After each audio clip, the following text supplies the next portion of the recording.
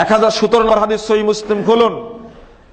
একদিন ইবনু উমর, উমরের ছেলের নাম হলো আব্দুল্লাহ, আব্দুল্লাহ ছেলের নাম হলো বেলাল, উমরের ছেলের নাম হলো আব্দুল্লাহ, আব্দুল্লাহ ছেলের নাম হলো বেলাল। তা আব্দুল্লাহ রাদিয়াল্লাহু আনহু বলছেন, হাদিস বর্ণনা করছেন, লা তামনাউ নিসাআকুমুল মাসাজিদ ইজাস্তাজান্না, মহিলারা যদি মসজিদে এসে সালাত পড়তে চায় তোমরা তাদেরকে বাধা দিও না। এই কথা শুনে উমর রাদিয়াল্লাহু আনহু আব্দুল্লাহর ছেলে বেলাল বলছেন, ওয়াল্লাহি লা নামনাহুন্না, আল্লাহর কসম করে বলছি তাদেরকে মসজিদে ঢুকতে দেব না। এই দেখেন,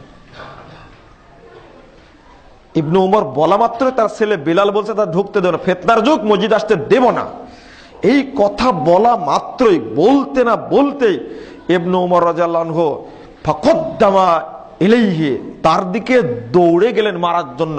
ওয়াসাব্বাহু সাব্বান সাইয়্যা, অত্যন্ত নোংরা ভাষায় গালি দিলেন, তাচ্ছিল্য করলেন। এরপরে বলেছেন, উখবিরুকা আন রাসূলিল্লাহ সাল্লাল্লাহু আলাইহি ওয়াসাল্লাম তাকুল লামনাহুন্না, বেয়াদব কোথাকার, আমি তোমাকে রাসূলের পক্ষ থেকে হাদিস শোনাচ্ছি আর তুমি বলছো বাধা দিব।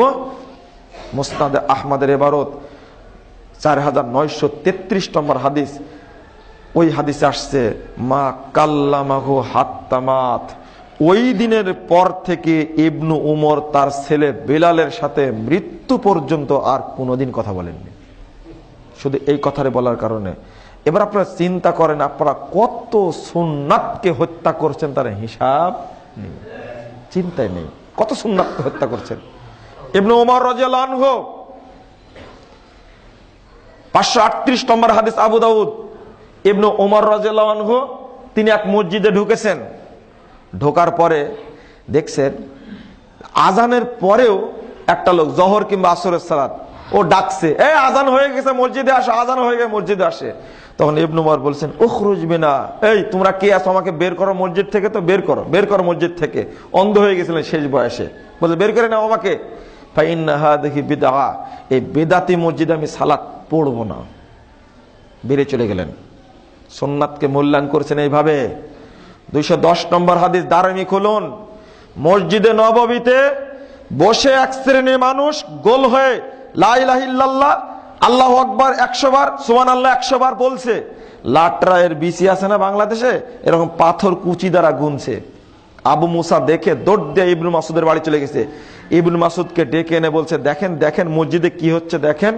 ইবনু মাসুদ রাদিয়াল্লাহু আনহু মসজিদের গেটে দাঁড়িয়ে বলছেন যে, ইয়া উম্মাতা মুহাম্মাদ আসরা হালাকাতুকুম, হে মুহাম্মদের উম্মত, তোমরা কি ধ্বংস হয়ে গেলে এত তাড়াতাড়ি, এত তাড়াতাড়ি ধ্বংস এসে গেল। ওয়া আনিয়াতুহু লাম তুকসার, আল্লাহর নবী যে পাত্রগুলো ব্যবহার করেছিলেন ওই পাত্রগুলো এখনো ভেঙে যায়নি। ওয়া সিয়াবুহু লাম তুবাল, মুহাম্মদ সাল্লাল্লাহু আলাইহি ওয়াসাল্লামের ব্যবহৃত পোশাকগুলো এখনো ছিঁড়ে যায়নি, এত তাড়াতাড়ি ধ্বংস হয়ে গেলে। ফাদাখালাল মসজিদ, মসজিদে ঢুকে পড়লেন। ফামাররা বিইমরাতিন তুসাব্বিহু বিল হাসা, একজন মহিলার কাছ দিয়ে যাচ্ছে, ওই মহিলা ওই পাথর কুচি দ্বারা গুনছে তাসবিহ। ফাকাতাহা ও কযাফাহা, তিনি ধরে ছিঁড়ে ফেললেন এবং ফেলে দিলেন। সুম্মা মাররা বিরাজুলিন ইউসাব্বিহু বিত-তাসবিহ, আরেকজন ব্যক্তির কাছ দিয়ে অতিক্রম করলেন, ওই ব্যক্তি দানা দ্বারা তাসবিহ গুনা করছে। দানা দ্বারা মানে তিতলের বিচি বা লাটারের বিচি, দানা দ্বারা তাসবিহ করছেন। পাও জরাবা বিরিজলিহি, ইবনু উমর পা দিয়ে, ইবনু মাসুদ পা দিয়ে মারলেন এক লাথি, বের হওয়া মসজিদ থেকে। এটা হলো সুন্নাতের পক্ষে বেদাতের বিরুদ্ধে অবস্থান সাহাবায়ে কেরামের। আর আপনার তো কিছুই মনে হয় না, আপনার ভাবটাও আসে না ভিতরে যে আমি সুন্নাত মেনে চলি।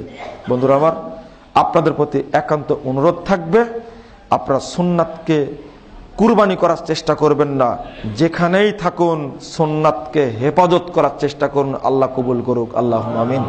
মনে রাখবেন, আপনারা সালাফি বা আহলে হাদিস আকীদার মানুষ। যদি আপনার কাছে ঠাঁই না পায় সুন্নাত, এদেশের কোন ইসলামী দলের কাছে, কোন ইসলামী পীরের কাছে সুন্নাত ঠাঁই পাবে না, এটা আপনি মনে রাখবেন। এই জন্য ইমাম আবু দাউদ বলেছেন, লাউলা হাদিল ইসলাম ওয়াল আমদাসার ইসলামিয়ান আসহাবুল হাদিস, যদি পৃথিবীতে আহলে হাদিসগণ না থাকতেন তাহলে ইসলাম দুনিয়া থেকে মিটে যেত। ইমাম শাফি বলছেন, দেখুন আপনি শরীরের উপরে সুন্নাতটা চালু করুন। বাহ্যিক সুন্নাত কয়েকটি: টাকনোর নিচে কখনো কাপড় পরবেন না, 1। 2 নম্বর, 2 হাতে কখনো মুসাফা করবেন না, মানে 4 হাতে মুসাফা চলবে না, 1 হাতে মুসাফা। বুকে কখনো হাত দিবেন না, অনুরোধ থাকলো। মুসাফাতেই বলছেন ইয়াগফিরুল্লাহু লানা, কোন এটা বেদাতি দোয়া, রাসূল সাল্লাল্লাহু আলাইহি সাল্লাম বলেননি, সালামটাই দোয়া। আর একটা, কখনো চেষ্টা করবেন না দাড়ি ছোটুক করা, 1 মুষ্টি রাখা, কামিয়ে রাখা, হাফ মুষ্টি রাখা, এগুলো ছলে বলে কৌশল করবেন না। আল্লাহর ওয়াস্তে আপনি দাড়িটা ছেড়ে দিন, এটা বাহ্যিক সুন্নাত। কেন বলছি? ইমাম শাফি বলছেন, ইদা রাআইতু রাজুলাম মিন আসহাবিল হাদিস কান্নি রাআইতুন নবিয়্য সাল্লাল্লাহু আলাইহি ওয়াসাল্লাম হাইয়ান। আমি যখন কোনো একজন আহলে হাদিস ব্যক্তিকে দেখি, তখন যেন স্বয়ং মুহাম্মদ সাল্লাল্লাহু আলাইহি ওয়াসাল্লামকে জীবিত অবস্থায় দেখি। দেখেন আপনার কত মর্যাদা, আপনার কত মর্যাদা, আপনি অবহেলা করছেন। ব্যক্তিগত জীবনে প্রথম আকীদা সংশোধন করুন, তারপরে আপনি সালাত সংশোধন করুন।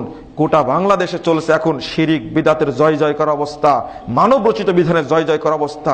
এমত অবস্থায় সুন্নাতের মূল্যায়নের উপরে 2টা কথা বললাম, আল্লাহ তুমি কবুল করো। আল্লাহুম্মা আমিন। আকুলু কাওলি হাযা আস্তাগফিরুল্লাহ লি ওয়া লাকুম ওয়া লিসাইরিল মুসলিমিন।